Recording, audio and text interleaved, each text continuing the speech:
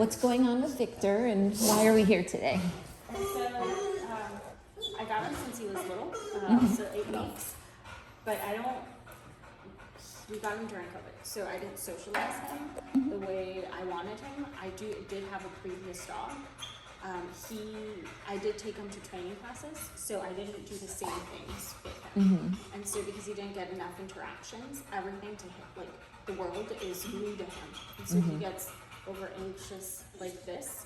So if someone were to come in or knock on our door, he gets kind of overprotective. So he runs to the door, starts barking, jumping.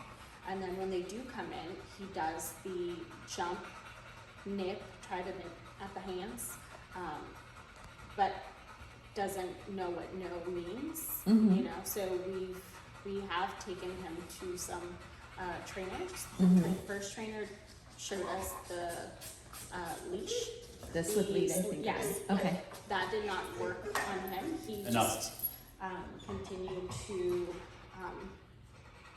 just kind of choke himself. And then he will definitely stop once he kind of he didn't have any.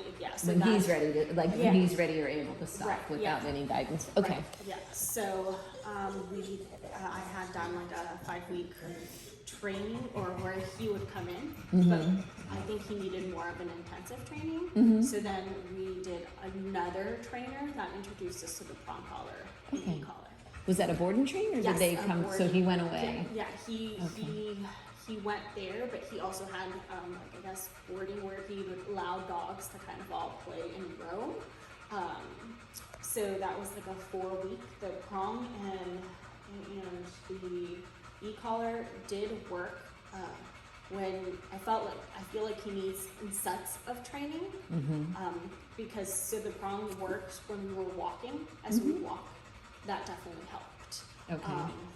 So as far as lunging and stuff, and that definitely helped. But I think like this set of training, I want him to get used to having dogs around and not have overprotective. He's also overprotective of you. Yeah, of me. So guarding, resource He's not guarding. really Okay. overprotective of me. So like when we're together, just me and him, she's not around. He's not. He still is anxious, but I'm able to control it a lot better. Okay. But when she's around, it's almost impossible. He feels like he has to protect her. I know this is a novel situation for him being here. He's never been here, but is this a typical presentation with the panting and just kind of seeming that's just how he is? Would you say all the time? No, or it's just only when like new situations Yeah, or so people it coming takes in? If she's around, right? So if I take him somewhere and it's just me and him, like I go, hey, stop, and he's like, okay. Okay. So there's a level of like he's worried about her the whole time, and he so he doesn't want to call her on. He wants to sniff everything. He wants to make sure everything's safe. And then when it's just me, I could like give him a thing, do a deep voice, and he's like, okay, cool, like you got it. I'm good. You know. Yeah, which is not uncommon for dogs to have different associations with different people, and so. So I know because you talked to Shelby that we use for walks. We'll use a combination of the prong and the e-collar, but mainly the program is e-collar training. But we're going to kind of marry them together as we're teaching him. So we'll make sure he knows everything on the prong, with just light directional guidance to be fair, because we want to teach him everything with the commands that we use and how we do it, and then we'll start to layer the e-collar on top of it. So. The e-collar is very versatile, and there's so many different applications. The way we do it, we found highly successful, where it really gives a lot of meaning and clarity for what you're asking and what it means when you're using it for the dog. And then obviously the shifting the relationship dynamics with you guys. So that he sees you both as, solid, steady leaders that he doesn't have to guard, but he also doesn't have an option of listening, where it's just like I say it and then you have to do it. So you become very relevant in his decision-making process, and he's going to prioritize what you're asking over his own impulses, however they're rooted, whether it's fear or excitement or whatever the case may be. So good. So I'm sorry you had to take some detours along the way, and it sounds. Has he ever? But it sounds like you have a solid understanding of what he needs. So good. What has he ever made contact with humans as far as a bite or dogs? On the first trainer with the leash, He took him home for a week to do training. When he was in the kennel, he lunged at the assistant, I'm assuming, and so like he nipped her or bit her, I guess, but didn't leave any like marks. It was just kind of like a bite and release. Yeah, bite release. Yeah. Had it been an actual bite, I think he would have left her like a puncture. Yeah. But it was actually, like a bite. that's release. common with me. Actually, the same thing with me whenever I'm putting him like in the car. If I put my hand close to his face, because he wants to get out of the car because he gets like this times like 3, right? He wants to get in the car or out of the car? He wants to get out of the car. That's- Wherever we're at. okay. If we're in the car, he wants in the car. If Okay. we're out of the car, so even if we're standing outside the car and we're gonna get in the car, like he's like, I think you're gonna leave me or whatever. So he gets super, super anxious. So if I go to push him, he'll nip my hand, which is Okay. like, it's like a moderate, it's like ow, you know? Yeah. But it's obviously aggressive and fast, you know, so it's more scary than anything. And he's putting boundary on you, regardless. Essentially, Yeah. yeah. And then of course, like I have to overreact to that, and then he stops after that. But like if I don't overreact to that, he'll keep doing it over and over Okay. again until I basically have to grab him, like hold him in the thing, yell no, and then he's like, oh, okay, now I'll stop. Well, at that point, his arousal's down because Right. you've had to get more firm, and so arousal is really the enemy with, or the partner of bad decisions that dogs make. I mean, we can help a dog learn how to be in a calmer mindset, and just be neutral observers of the world around them. Not just like when it's only you guys at home, but when say people come over or he's in the car. That's our overall goal, is to get him into that mindset and obviously build a relationship with humans where he's prioritizing what they're asking.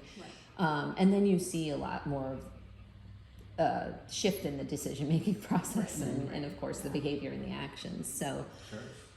so we'll be working a lot on that. And how is he at the vet? Like when they do exams and they're So having. this is how he like Or normally putting gets them, the yeah. anxiety. But once we're in the actual room, he'll just continue whining. But when the vet comes in, he's fine. He Okay. just like goes to vet Yeah. on him. But he seems like timid, scared. We take the muzzle off, and he'll go up and they'll smell it, and then he's like back to normal, like usually at home. Yeah. So like once he like assesses the situation, he's like, oh, there's no threats here. He calms down, right? But it's different with the other dogs in the room, obviously. So with other people, he doesn't see people as threats. At least I don't think he does. But and like as soon as he greets you, he's like, okay, you're cool. But with other dogs, he feels like he's always So- at a high alert. Okay. Yeah. And so just to be transparent, as far as the goals with other dogs. So some dogs, for whatever reason, just aren't into other dogs. Some dogs are just like happy, they think every dog in the world is their friend. And who the dogs are intrinsically is not something that's going to change. Right. But whether he's uncomfortable, unsure, unsteady, or just doesn't like other dogs, that still doesn't give him a pass on bad behavior around other dogs, growling, lunging, worry. We need to build up his confidence, so to speak. Beat up everything that we talked about as far as prioritizing the humans and a calmer mindset, but then also building up his confidence that like, hey, if I don't like dogs, mom and dad aren't going to let them come around, but on the other hand, I'm going to be held accountable for proper behavior around other dogs. So that could mean, because you have 2 other dogs in the house, 2 Yeah, Frenchies, two right? Frenchies, yeah. So learning to be on place and the other dogs are walking around, but also being fair, not letting them run up to him or climb on him or get on bed. So it might not be that he's a dog that's going to want to go frolic with other dogs. Right. And that's okay, but it's the dangerous behaviors that we Right. will teach him and help him learn that is not okay. And then how that all pans out, we'll be communicating with you weekly with an email update every week. You'll get an email in a couple of days just letting you know how he's settling in and getting all the homework and videos and everything from Shelby, the video of like the things you can start to work on now. Yeah. And then the week before he comes home, you'll do a call with me and we'll talk about everything, answer questions you might have about the homework, let you know what we see. But you'll be getting progress updates all along the way. Okay. And then, as time goes on, we'll get a clear idea of what his, where he fits in the world with other dogs. But just so you know, like, it's not that we're saying, like, this training will let him be able to just run free. You don't- Yeah, Okay. we weren't expecting Yeah. that either. You want It's people just- leverage